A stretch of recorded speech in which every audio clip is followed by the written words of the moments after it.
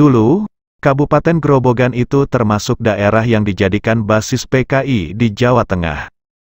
Maka, akibat pemberontakan PKI itu, terjadi pembersihan oleh tentara.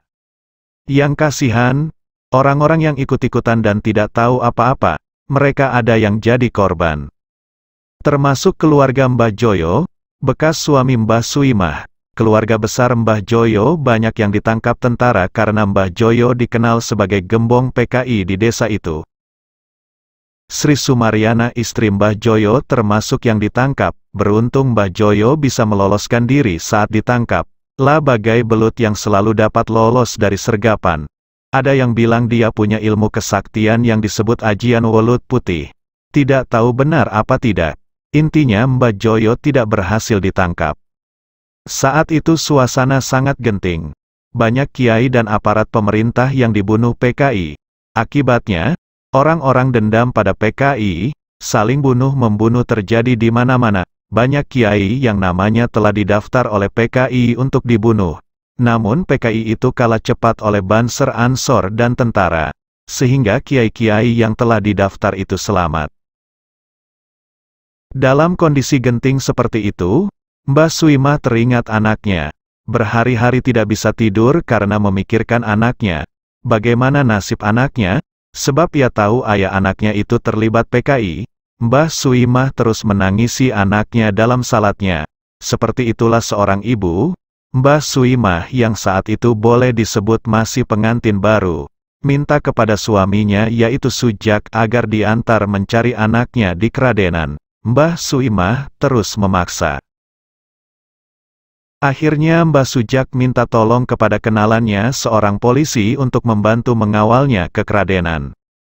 Perasaan tidak enak Mbah Suimah ternyata benar. Anaknya, si Nyoto Sentono yang baru berumur 6 tahun ternyata di rumah sendirian, sudah berhari-hari tidak makan. Sebab ayahnya lari menyelamatkan diri dan ibu tirinya ditangkap. Tetangganya juga ditangkap. Si Nyoto yang berumur 6 tahun ditemukan Mbah Suimah sedang makan cicak.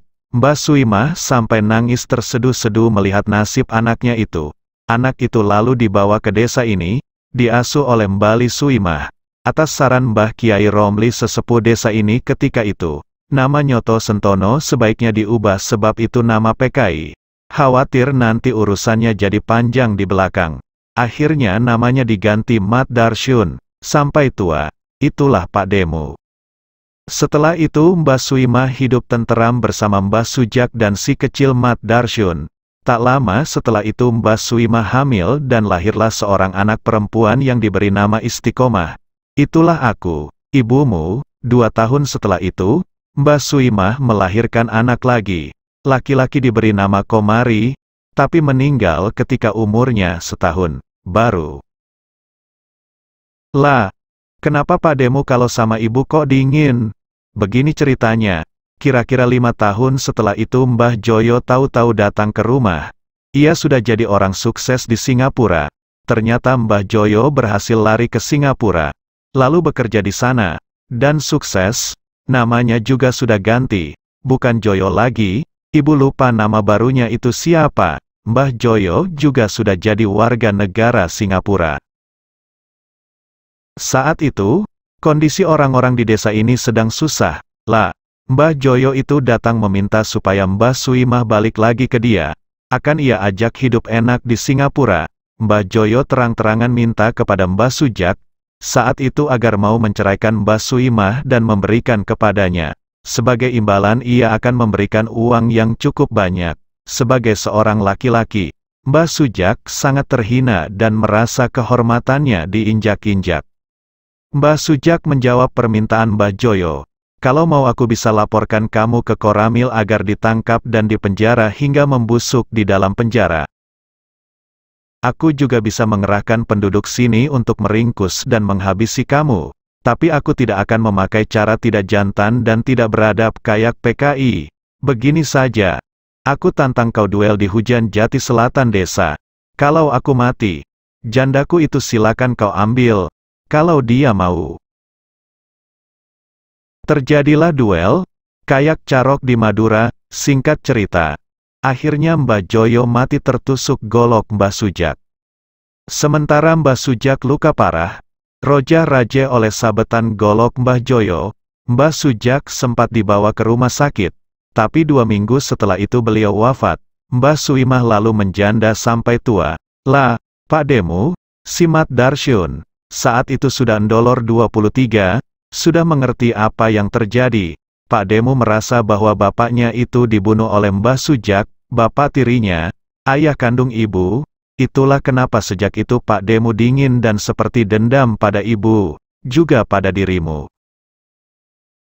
Suatu ketika saat ibu kelas 2 SMP, Pak Demu pernah berkata pada ibu, "Bapakmu itu bodoh, kalau saja dia izinkan ibu dibawa oleh bapakku ke Singapura, kita semua hidup makmur dan mulia."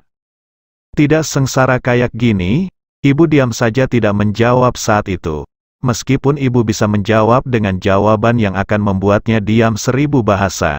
Sebab ibu tahu persis bahwa yang benar saat itu adalah Mbah Sujak, ayahnya ibu, hanya suami rendahan yang menyerahkan istrinya kepada orang lain. Ibu hanya khawatir jawaban ibu nanti malah semakin membuat Pak Demu sakit hati. Persaudaraan akan semakin renggang. Lah, tanah ini semua sesungguhnya adalah milik Mbah Sujak. Dibeli dari uang tabungannya kerja di jawatan kereta api. Mbah Sujak itu kan bukan ayah kandung Pak Demu, hanya ayah tiri. Semestinya Pak Demu itu RGG berhak dapat bagian dari warisan yang ditinggalkan Mbah Sujak. Tapi Mbah Suimah sebagai ibu tetap memberi Pak Demu bagian tanah, bahkan Pak Demu itu telah mengambil tak kurang dari 3/4 tanah warisan Mbah Sujak. Lah, tanah di mana rumah ini berdiri satu-satunya yang tidak dia ambil. Dia mengambil dengan cara nakal, karena dia bermain dengan orang-orang di kelurahan saat ibu jadi TKW di Yordania. Tanda tangan Mbah Suimah dipalsukan. Mbah Suimah tidak tahu tapi ibu tahu itu. Dan ibu tidak mau ribut sama satu-satunya kakak ibu. Meskipun beda ayah. Itulah kenapa ibu berwasiat agar sertifikat ini dijaga betul-betul, dan jangan kau pinjamkan kepada siapapun termasuk Pak Demu. Nduk, ini semua ibu ceritakan hanya sekadar agar kamu tahu, supaya kamu bisa bersikap yang pas. Ibu sama sekali tidak bermaksud agar kamu benci Pak Demu dan keluarganya. Tidak, justru ibu minta kamu tetap menghormati Pak Demu seperti kamu menghormati ayahmu sendiri. Dan menghormati budemu layaknya kamu menghormati ibu. Aina seperti berdialog langsung dengan ibunya, suaranya masih ia hafal betul. Air muka ibunya juga ada di pelupuk mata. Tak terasa air mata Aina merembes, mengalir di pipinya. Ia merasa apa yang dilakukan ibunya itu mungkin semacam firasat bahwa umurnya tidak akan panjang, sekaligus naluri seorang ibu untuk menjaga anaknya semampu yang ia bisa lakukan. Tanah itu kalau kau sangat kepepet nanti, boleh kau jual, Nduk. Hasilnya bisa kau gunakan untuk menata masa depanmu. Kalau tidak kepepet sebaiknya tidak kau jual. Ibu selalu berdoa hidupmu bahagia, selamat dan mulia. Ibu juga berpesan agar kau melanggengkan amalan yang dilanggengkan oleh kakekmu yaitu Mbah Sujak, dan dilanggengkan oleh nenekmu yaitu Mbah Suimah. Lalu diwasiatkan kepada ibu dan ibu langgengkan. Amalannya tiap pagi dan sore jangan lupa beristighfar 100 kali, membaca sholawat kepada baginda Nabi 100 kali, dan membaca kalimat thayyibah 100 kali. Begitu pesan terakhir ibunya di bawah pohon sawo di halaman pesantren waktu itu. Dan sejak itu ia melanggengkan amalan itu. Aina mengusap air matanya. Besok pagi-pagi sekali ia harus berziarah ke makam ibunya, juga ke makam kakek dan neneknya. Aina bangkit melipat sajadahnya. Ia membuka kamarnya dan melihat kamar sebelah telah tertutup dan lampunya telah dimatikan. Atikah telah lelap. Ia beranjak mematikan lampu ruang tamu lalu kembali ke kamarnya untuk mengistirahatkan badan dan pikiran.